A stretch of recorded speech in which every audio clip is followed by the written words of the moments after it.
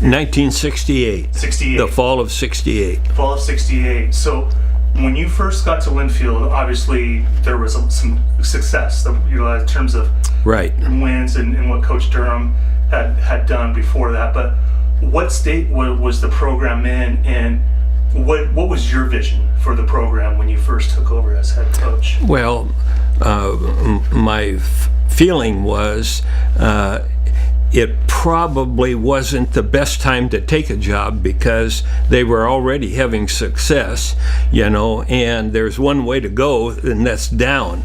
But I do believe that we took the program to another level. I think it ended up that way. But I just took the program over with the idea of doing the best job that I possibly could, and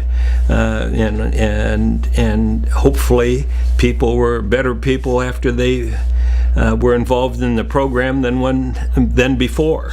My feeling that the roster size was probably I'm gonna say probably between 60 and 80 people probably on the squad.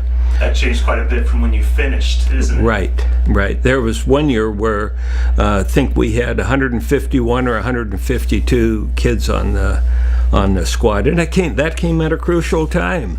That's when the college was having real financial problems, and about 85% of the operating budget was tuition driven, and so if you didn't have a good student body enrollment, there was times when, as a faculty, we took a 5% cut.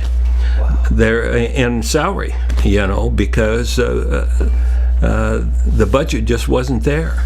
Big impact. I can remember when Dale Tomlinson had a meeting in the spring of the year and said, "Tighten your belts. We're expecting 25 fewer students, and at $10,000 a year, that's $250,000." And that same year, we had 30 more incoming freshman football players than the previous year. And it created a problem for me because we didn't have enough helmets and shoulder pads to fit everybody. And I went to Mr. Tomlinson and the president and said, "I think I can make this work if I have $8,000 more in my budget." And they said, we don't have the money, can't do it. And I said, well, the only other thing I can say is that I pick out 30 kids and write a letter to them and tell them that they can come to Linfield, but they can't play football. And I said, it seems to me like you said 25 fewer at 10,000, $250,000. I'm bringing in 30 more, and that's $300,000. It seems to me like 300,000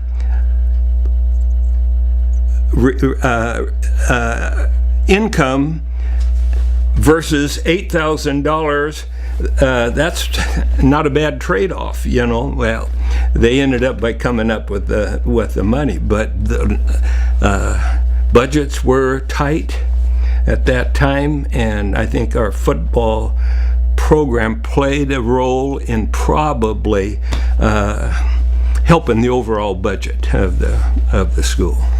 And it seems like administration, it wasn't an adversarial role, I would say, pitted against each other, but it seemed like throughout, even today, there's always, well, we don't have the money, we can't do this, but, when you do have a president that's on board and sees the value of athletics in a small college atmosphere, it could really be a boon for both the college and the athletic department. No Did question. you experience that during your time at Linfield? And my thinking was, I put myself in their position, and they had a tough job. They didn't have enough money and stuff, and I don't think at the time they realized that we're bringing in 30 more students and the impact that has. I think they were just looking at the budget, but I didn't. I understood their position. They were in a tough position, and President Walker, in my estimation, had the biggest probably impact on making this college what it is today, because he came in and budgets were tight. He had a terrible budget to work with, and yet we became a better and better college because of him. You understood the financial side to it. Well, basically overall, I mean, but he had the ability to stretch a dollar further than most people. What was the heart of Linfield College? What made Linfield different than other small colleges in the Pacific Northwest? Is there a thing you could put your thumb on and say, this what makes us, beyond football success, this what makes us different? Well, I'll tell you some things that it wasn't. It wasn't facilities, because one of the things that I would have to tell recruits, in the 70s and before we remodeled the dressing room, one of the things I'd have to tell or ask recruits and their parents is how important are facilities. And if they said, well, they're pretty important, my answer to that would be, you may be wasting your time here, because I think, might have the worst facilities in America. And that wasn't far from the truth. But I said, I think we've got a good program. And I think that, things, then I would go over my expectations of them, and then I would also include the expectations they could have of me. And if we have a good fit, now this may be the place for you to go. I think we're going to give you a real good program. And I always felt like my number one job was to build people, to make them better people. And my number two job was to make our program a better program this year than last year, better next year than this year, but build people. And in doing that, to me, a work ethic, commitment to excellence, handling adversity, teamwork, and I always said winning is important, but winning with class is more important. And we are going to win, and we're going to win with class. And you've got to buy into that, because we're not going to have taunting. We're not going to have bringing attention to yourself on the field. We're not going to tolerate unnecessary things happening. And these are my expectations.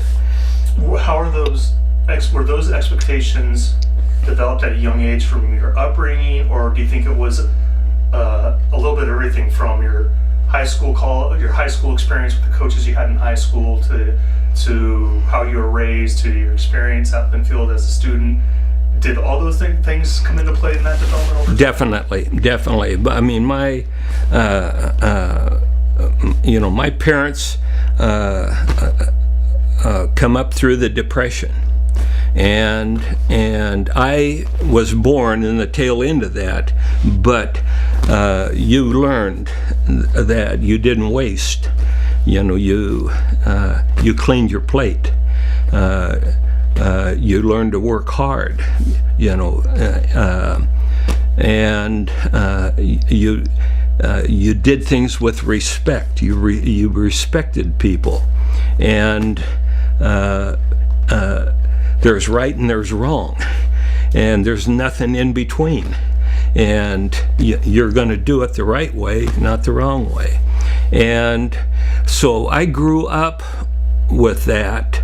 and then my coaches, my high school coaches, just had a huge impact on me. You know, I just respected them so much. I can't say that it was one person, but it was, this is the way, what I was born into, this is what I was brought up through, and then that became important to me, and then that's the way we raised our kids, you know, and I thought that you know, my number one job is to make better people out of our athletes, and what does that entail? You know, I think a work ethic. I think you can teach honesty better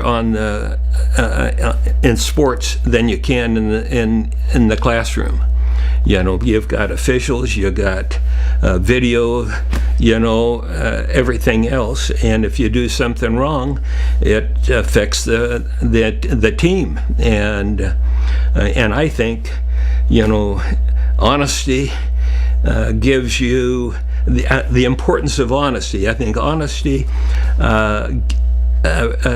gives you respect, and it gives you credibility. And now people trust you. It gives you integrity. People trust you, and now with trust, you can have open communication, not guarded communication. And to me, the next step is you can have relationships. And to me, it doesn't make any difference whether it's a job, or whether it's a marriage, or whatever it happens to be. Honesty gives you credibility, gives you respect, gives you trust, gives you integrity, and now you can have open communication, not guarded communication, and now you can have relationships. And you can't have good relationships without honesty or trust, you know. And so to me, those are things that I want our kids to develop. It's going to make them better husbands. It's going to make them more successful in whatever job. They have to be trusted, you know. And if you can't be trusted, you can't have a job, you know. Well, and you know people that when they say something, you say, well, maybe, you know, but, and I remember back there, you know, and so it's guarded communication. And then you know people that when they say something, it is, you take that for fact, you know, and because you trust their word. Have you ever doubted yourself as a person? Don't think I've ever doubted myself. There's been times when I've thought that if I could lose somebody because I'm demanding this, you know, or my expectations are such, you know.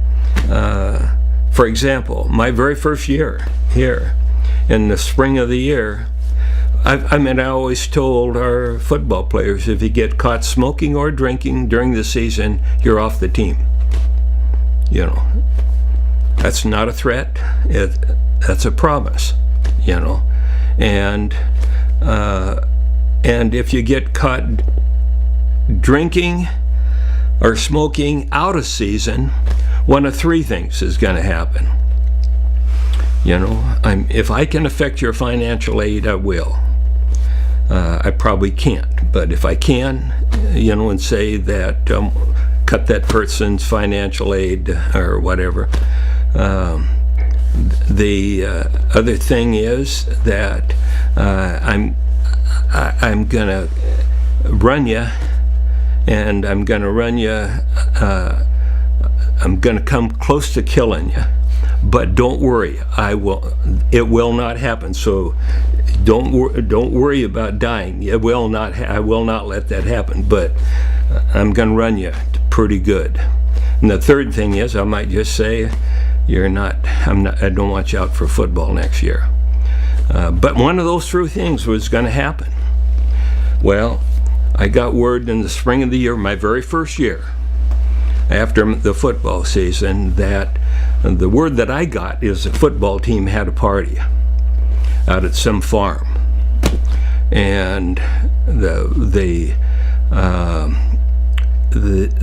what actually happened, it wasn't a football team. It was kind of a all-school party, And so, but when I got the word, it was a football team. So I had a meeting, called a meeting, our team, and I said, I'm going to ask you a question, and I just want a yes or no answer. And the question is going to be this: were you at this function, and did you swallow any alcohol? I'm not interested in whether it was a sip, a bottle, 2 bottles, or whatever it happened to be. Did you swallow any alcohol? If when I call your name, you're either going to answer yes or no. And so I can always remember the first name that I called was Micah Chong. And I can't remember, but there was a long pause, And then I went right down the team, and I said, okay, you guys that answered yes, I'll see you out in the football field here in 20 minutes. And at the start of football season, we ran 10 240s. And I said, we're going to run 20 240s, and we're going to run them today, tomorrow, Wednesday, Thursday, Friday. Those of you that don't show up, I'll expect that you will not be out for football next year. Well, that was dangerous, because I am the new kid on the block. This is after my first season.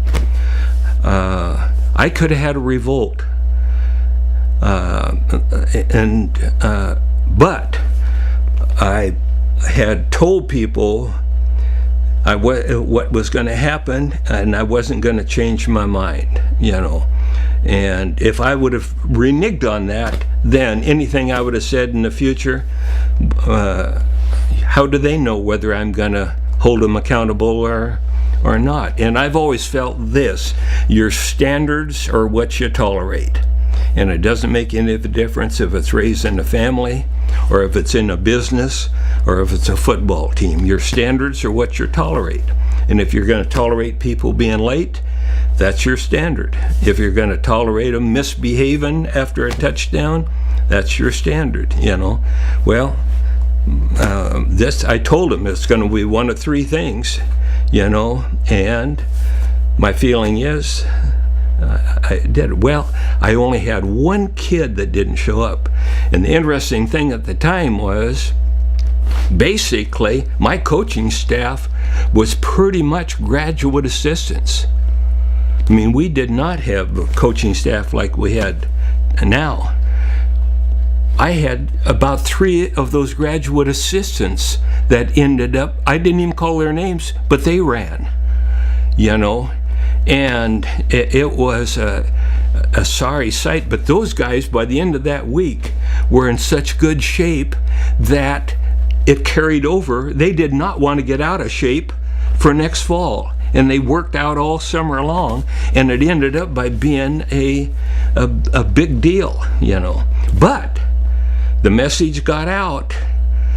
Incoming freshmen, they got the word. If you're going to drink, coach better not find out about it, Imagine how things would have went if you would have not held that line at that very moment, at the very beginning. I could have ended up trying to get kids to come out of the student body to play football next year, But Anyway, to me, that's all part of, if you're going to say something, you better back it up. Anyone who's played football at Linfield, if you start spouting out sideline reminders to them, they'll start answering you back. It's like ingrained in your DNA. You just know it. How did you come up with that? Like, when did that first develop?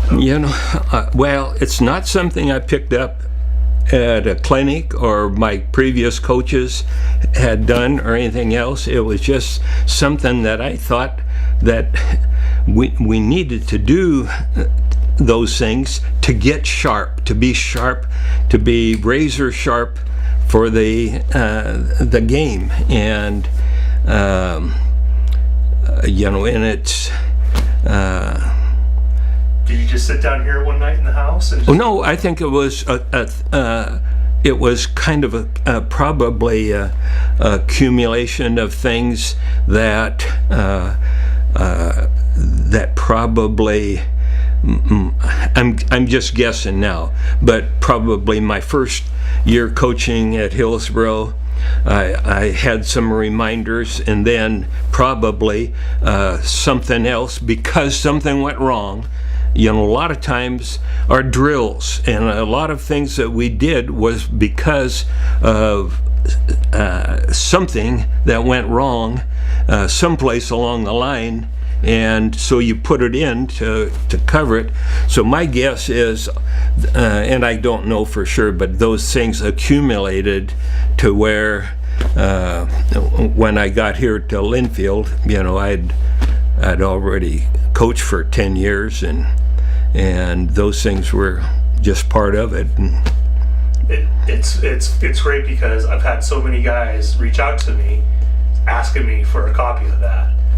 I'm sure I still have a copy in there. It's awesome. But seriously, if you found some guy who's been on the program for 15 years and you started asking the sideline reminders, they'll spit them out to you just like that. You just know. I get a kick out of this. Will come up someplace every year, but where some guys will say, "Well, yeah, I called, Pete or Joe or somebody, and I said to him, offense on the right, and he says defense on the left, and their initial conversation is just on those things right there, and then they get into whatever they're calling each other about. That's hilarious. To your eyes, over the past 30 years, what's remained the same about football and what's changed about football in your eyes?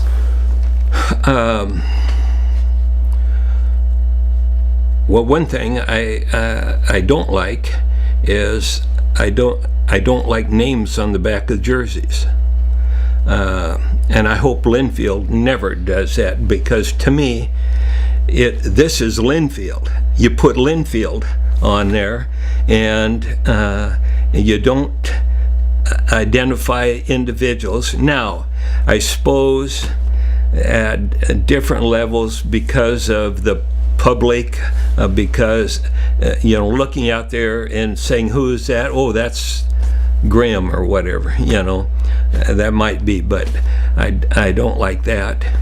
I don't like the way people tackle. To me, now that's starting to change. That is starting to change, but to me, it had become go full speed, and it's you either hit or you miss, and to me, you come under control, and I don't see anybody coming under control, and so to me, there's missed tackles, there's horrible collisions. The fans like to see those things, but to me, you're putting somebody in danger. The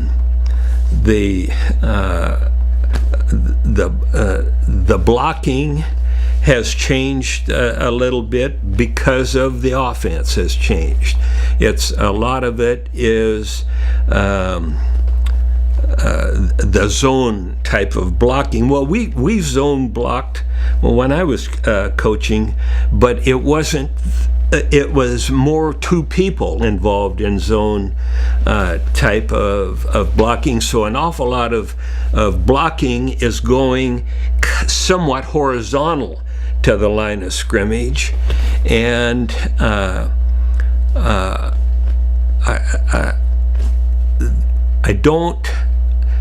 I have never bought into this on the goal line or in short yardage situations.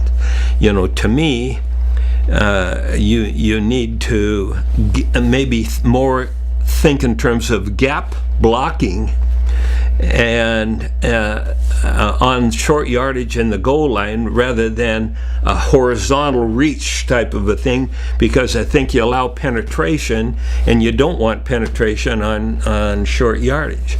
I think the new thing of this, the read zone option has changed the game, and I can see where the interesting thing to me has been in my coaching experience.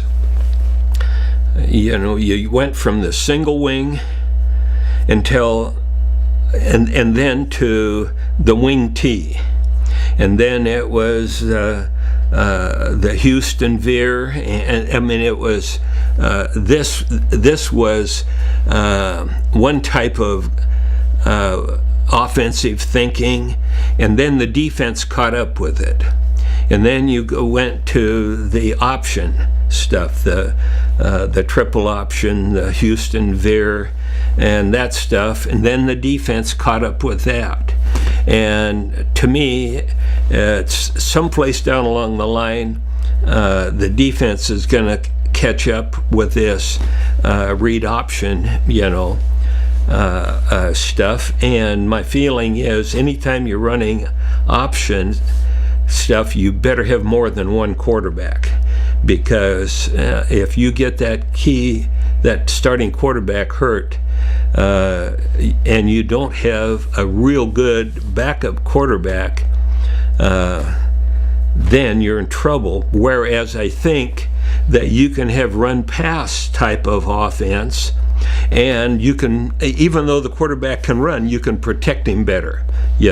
He can get down, whereas on the option, he may get hit before he gets a chance to go down.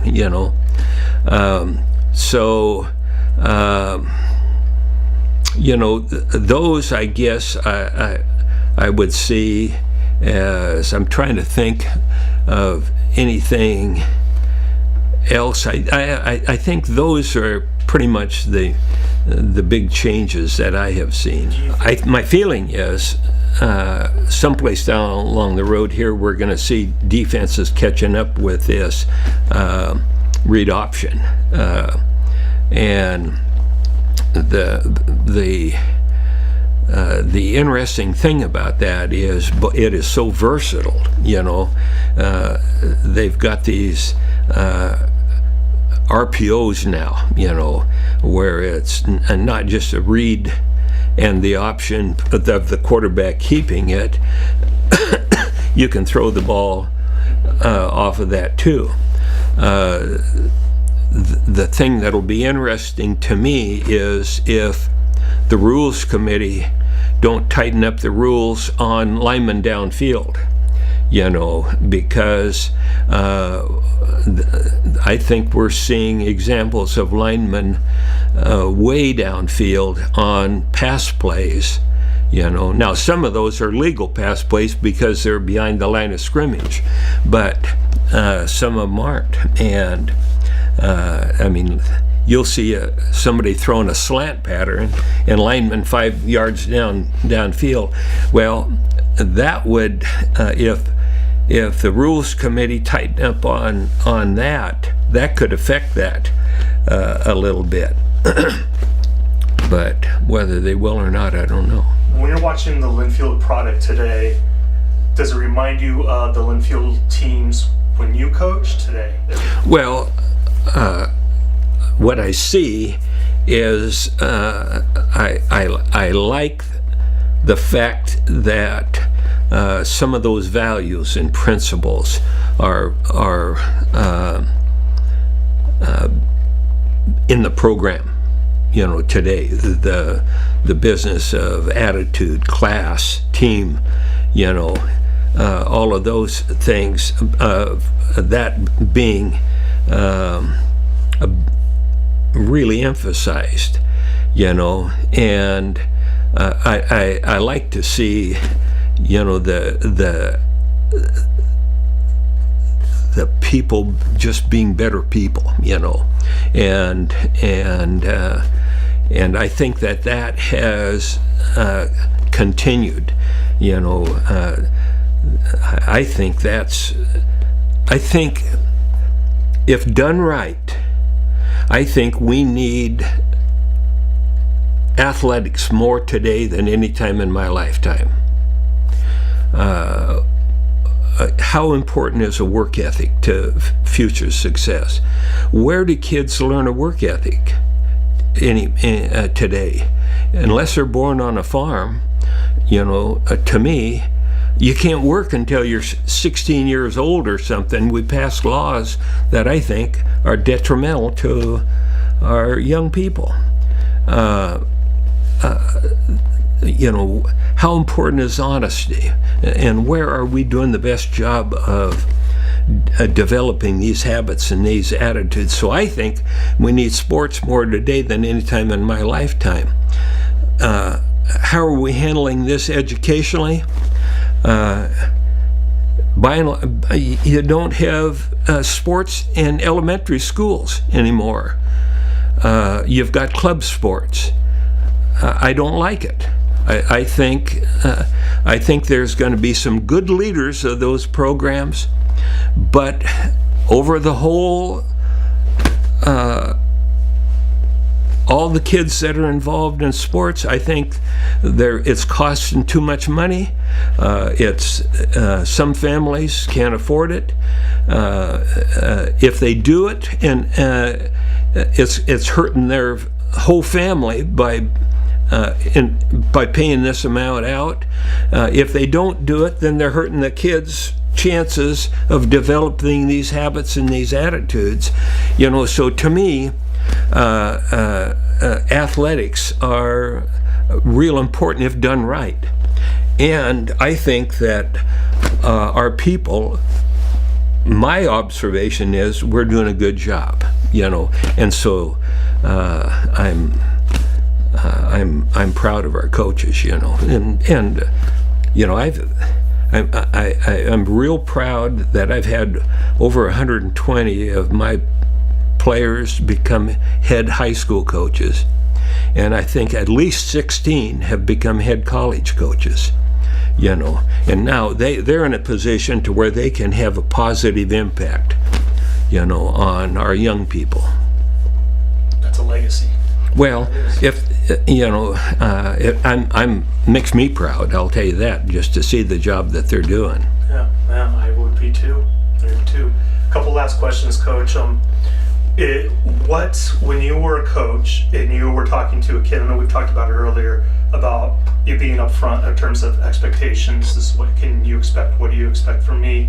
But when you were identifying talent or potential students to come in your mind, what was going to make a successful Linfield student athlete? What kind of qualities was going to make a successful Linfield student athlete? Attitude was big. I used to tell kids that you can have marginal ability and be on our team, but you cannot have a marginal attitude. And so basically, if you have the right attitude and you have the work ethic and you're committed and stuff like this, you can be on our team. And I'll tell you, the interesting thing is, every team that I coached, we had kids with less athletic talent and ability outperform people that had greater talent. On all 3 of our national championship teams, we had kids starting that had less athletic ability, and I doubted if we'd have won the national championships without them in there. So to me, that was huge. Now we tried to get talent, but I wanted them to understand the expectations that I had, and they needed to understand what they could expect from me.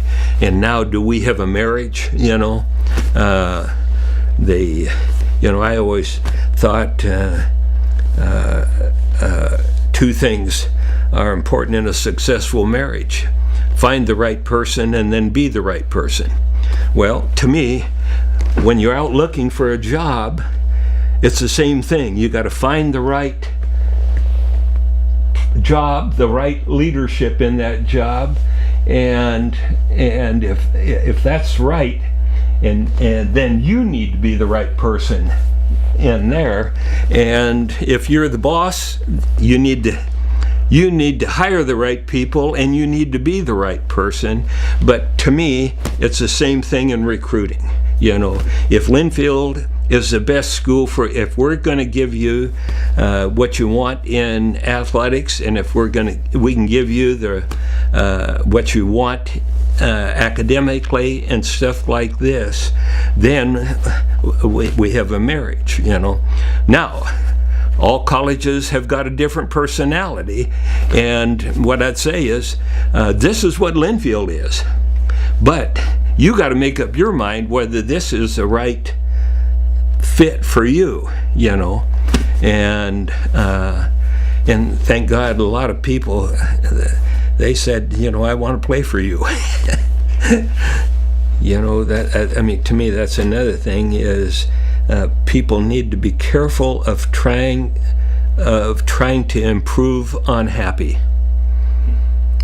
If you're happy, be careful of trying to improve on that. And too many people are real successful at a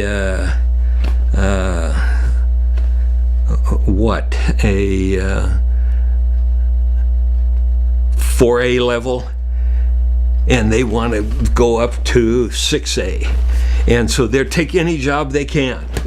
Well, they get into one that they can't win at, and now they're unhappy, whereas they were.